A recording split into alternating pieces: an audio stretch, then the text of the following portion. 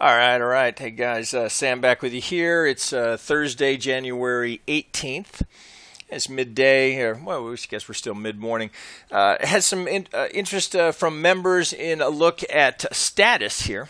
So let's go over here and take a look here. Status, very strong project. Now it actually has not been around that long to have such high ranking. So what do we got? 7 months. This coin since June 19th. 7 months been around.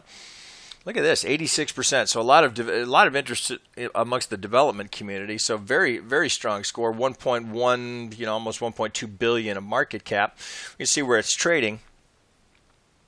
I don't know how to pronounce that. Huobi. I have to check them out. They just asked me to review their exchange. Kind of interesting. I know. It's an Asian exchange, but the bulk of it is traded against the dollar tether there, which is kind of interesting. So then we've got Bittrex and Binance. Members were interested in look at it on Binance, so I'm going to show it to you there. So here's SNT to Bitcoin on a 4-hour on Binance, and this one's fairly easy to spot.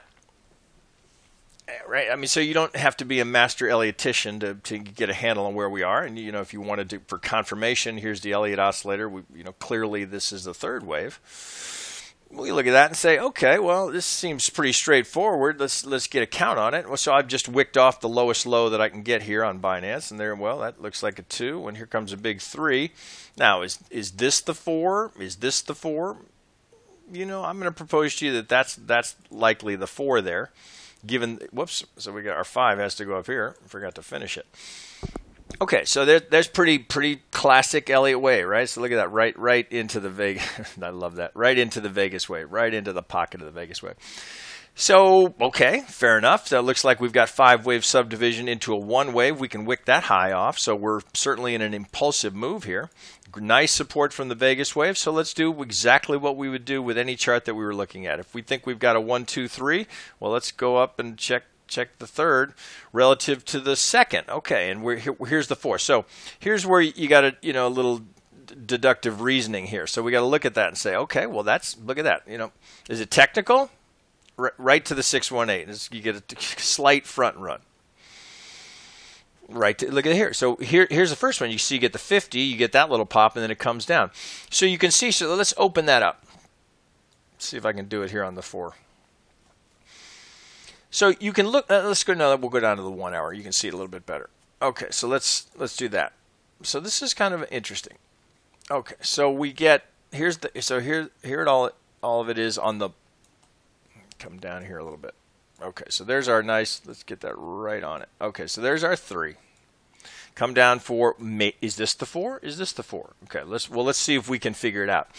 Well, so first things you want to start looking for. So where are the 3 waves? Remember, so clearly we've got an impulsive move here. Where are we correcting in 3s? Well, I see 2 of them. So here's an ABC right here that takes us down here. So potentially that would make sense. Maybe that's the 4 here, and this is a 1, 2.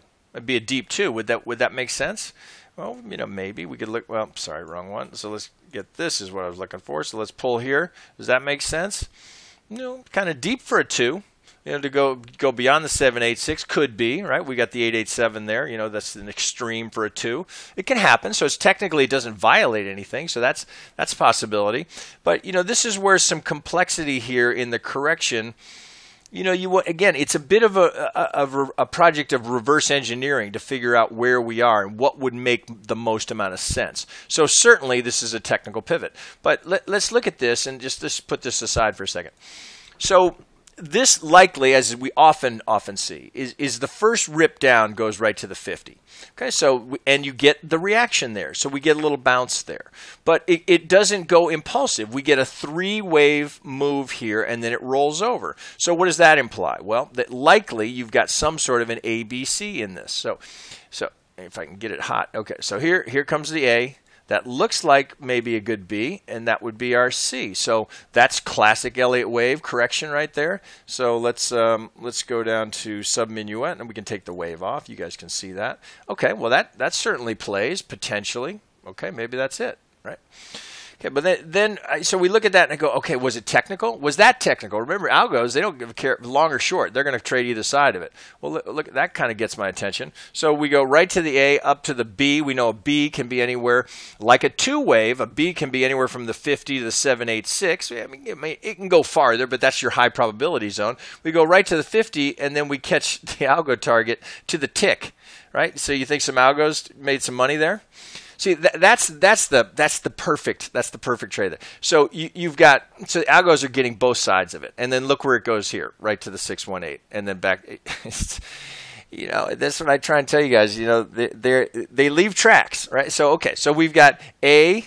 Here we go to the B, they go right and they take their profit here. So not only do you have an algorithm that sold it here at the 50, taking their profit at the negative 23.6, you've got the algorithms that are buying it there at the 618 to take it up. So that's the double. That's the algo double. If you can catch that, you know, that's a beautiful thing. So, but now take note here. This actually, if we're going to pull from the low here, so would we pull from this low at the B? Well, now that takes us too far through. I would check both of them. Looking here, if we get a reaction there, we still are anticipating we're going to run into resistance from this 3 high to whatever our pivot is here. Well, we get a spike through the 65, but then it rolls over again. So possibly, what do we? So we could have another ABC here. So this looks like we might have another ABC here. Well, wait a minute, 2 ABCs in a row. Well, how does that work? What would that mean? Well, you can see we get a little 3-wave here. So potentially what you have here is this correcting on a larger degree, right? So that would be your A, that would be your B, and maybe that's the C. So let me put that in a different color. Oh, we can go to blue and let's go. So remember, waves within waves, right? So do we have potentially a larger degree ABC? Would that make sense? Well, we get an ABC into an A. It's very technical. Certainly, I mean, it's as technical as it can be. 50 goes, the A waves goes right to the 50. The C wave goes right to the 618. Right? Do you think algos are in there? Yeah, they're in there. Okay, and we already talked about them taking profit right here. Okay, so there's potentially an A wave. Well, then we look and say, okay, well, could this be a B of a larger degree? We know a B wave can go anywhere from the 50 to the 786. So it gets through the 65, but then it rolls over again. So perhaps what we have here is that algo correction I've taken to calling it, where we get these shallow C waves. So would that make sense? If this were the B and this were the C, could that be my 4? Yeah, sure could. Well, I see, you know, with 3 pivots like that, I'm certainly going to want to look for some market geometry. Anything there that helps me? You know, we're a little shy. So there's 2 ways to look at that. So we know from Andrew's median line trading principle number 4 that a failure to make the median line sets up a move equal to or greater than the swing that came down that failed to get there. So that would imply potentially we've got a move here of strength that's building, because so it would be at least 100%, right? So if we look here to here, that would take us through the 65 just as it did here. Right, so it's not quite that deep, but we'd have at least the length of this going back the other direction. Would that make sense? Well, here's my 5th up here. So here my algo target is still way up here, right? So from the algos that bought here on this 618, that's their target up there. Okay, so does that make sense? Would that play as an ABC? Well, sure. It looks like we've got 5-wave subdivision down here into a potentially a C wave. That does not look like a B wave. Looks much more like a C wave, like a 5-wave subdivision. I'd have to go down to the 15, but you know, just eyeballing it, you can see you've got subdivision there. It certainly doesn't look like an ABC like that, right? Like you might be looking for in a second. So by my eye, what I see here, now let's just out of curiosity check the shift and the modified shift, because you can certainly see there's a potential for a channel on that. So that's kind of interesting. So here's your channel. So we hover around it. So we're hovering at the median line, which is often the case if it's not going to tick it exactly. Here was the tick reaction, then we hover around it. Trading principle number 3, if it's not going to pivot right on it, it will hover on either side of it before making a decision about which way it's going to go. Lower parallel, or are we going through the upper parallel? Well, right now we have the potential here now, given the longer term count, that we've got a complex ABC into an ABC into a 5-wave. So that that potentially plays. We want to see it break the upper parallel here, get through the 65, but all of the ingredients are there for that. We'll take this off, and so what else could we check? So remember, we're always looking to confirm these pivots. Can we find any more confluence to suggest that, well, that's kind of interesting. Look at that. So there. So just as we went, so you think this is technical? So just as we went one tick from the 618 here, we're actually tapping it right there. We're actually tapping the 618. Now that's 61.8 the length of A projected from the B down to that's a high probability zone for our C to give us potentially our fourth. So maybe this is a 1, 2, 3, 4. So now we'd be looking for the fifth. Now we're looking for 5 waves in that. So maybe somewhere up in here we get this. And maybe we're just putting in the 1 wave of the 5th wave. We don't know. No way to know until we see, does this unfold in 5 waves? Are we going to get a little push higher to give us a clean 1 wave? Then look. So where's the next trade? The next trade would be right here, looking to get in the 3rd of the 5th. You see that?